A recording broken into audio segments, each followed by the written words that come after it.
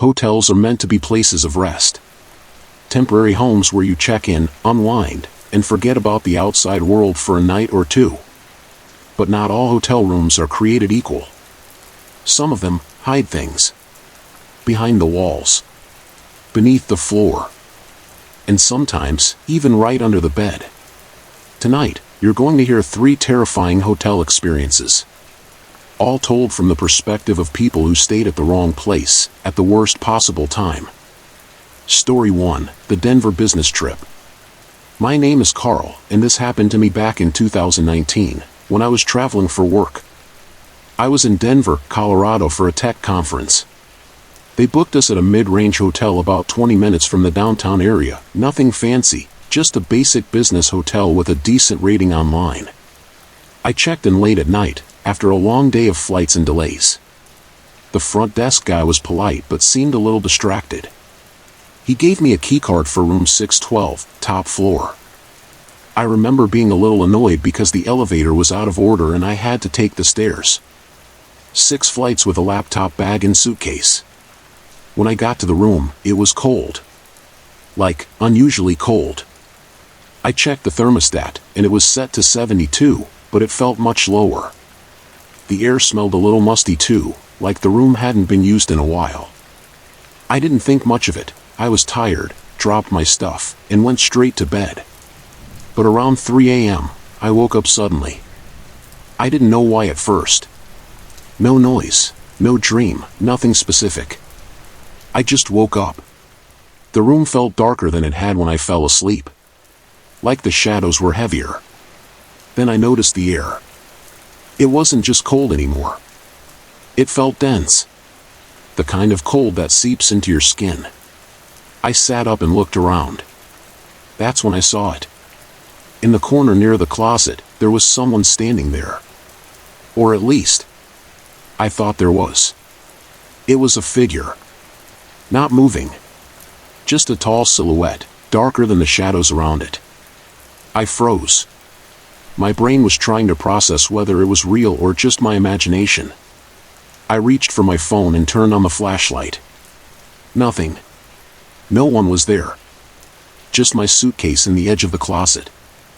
I turned on all the lights, even the bathroom light, and checked the room.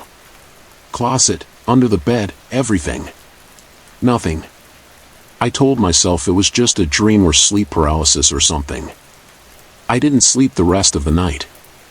The next morning, I asked the front desk if anyone had ever complained about room 612 before. The guy looked at his computer, then said something weird. Actually, that room's usually blocked off. Not sure why it was even available. I checked out early and switched to another hotel for the rest of the trip. To this day, I still don't know what I saw, or who I saw. But I've never felt a cold like that since. Take a moment before the next story. Not every hotel guest checks out, some just never leave. If that story didn't make you want to cancel your next hotel booking, this next one just might. Story 2, room 409 in Savannah. My name is Katrina, and I used to work for a small wedding planning company based in Georgia. In early 2021, I had to travel alone to Savannah to help prepare a venue for a high-profile client. The company booked me into this charming boutique hotel near the historic district, you know, the kind that's proud of its old-world aesthetic. Brick walls, vintage furniture, oil paintings, all of it. I checked into room 409 on a Thursday night. The room was beautiful but had this heavy, still feeling. Almost like the air wasn't moving, even though the windows were slightly cracked and the ceiling fan was on. The first night went by fine. But the second night, I had a dream, or something like a dream. In it, I was lying in bed, unable to move. A man in an old-style black suit was standing next to the window, just staring at me. He didn't say anything, didn't blink. His face was gaunt, pale, with eyes that looked way too sunken in.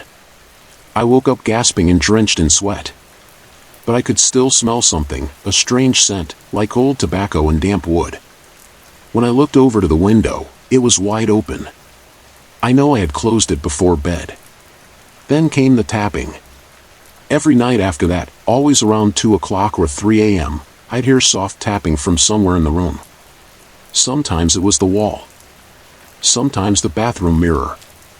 Once, it came from the inside of the closet door. I would check every time and find nothing.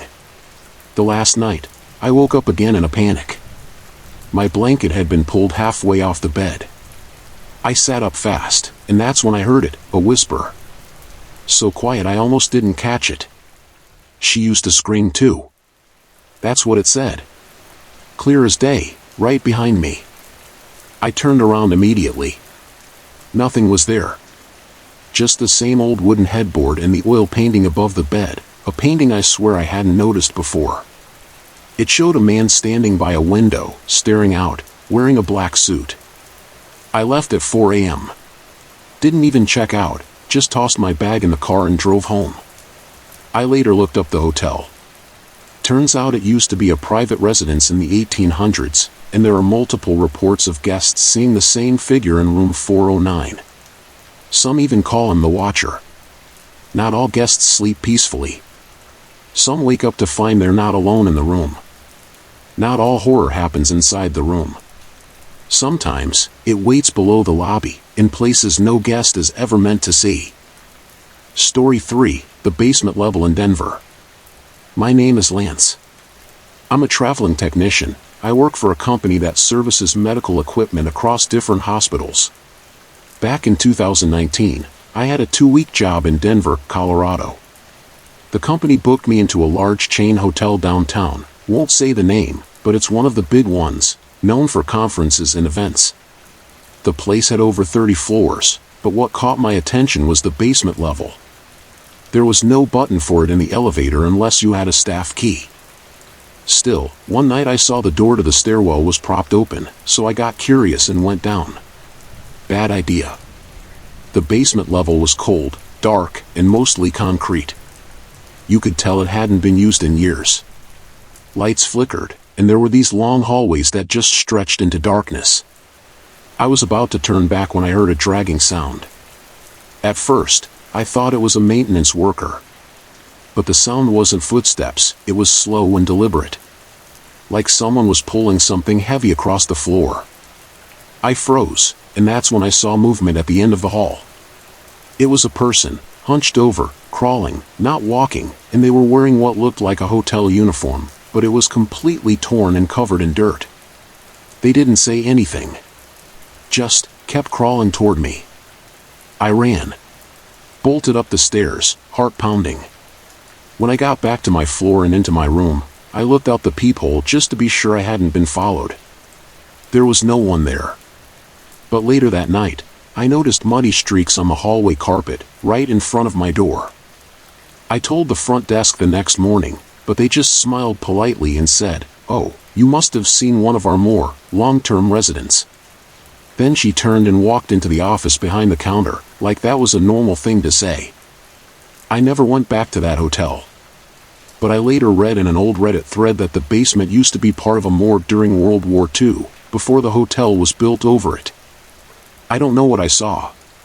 But it wasn't human anymore. Some doors in hotels are locked for a reason. And if you find a way in, you may not be the only one down there. If you've ever had a strange experience in a hotel, maybe the lights flickered for no reason, or you swore someone knocked on your door at 3 a.m., just remember, you're not alone. Some guests check in and never really leave. Don't forget to subscribe for more real horror stories like these. And if you ever find yourself in a hotel room where something feels off, trust your instincts. Because you never know what happened there before you arrived.